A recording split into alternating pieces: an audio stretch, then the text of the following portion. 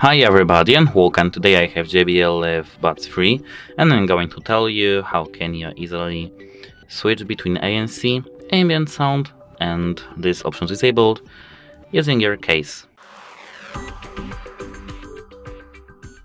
At first we have to take on our headphones, the right one and the left one, and after doing that we have to unlock our case with this gesture, as you can see. And here, as you can see, we have ambient sound option. You have to find it just by swiping.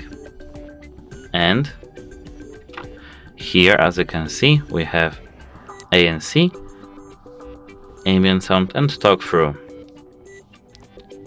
You just have to tap on these options to switch between them.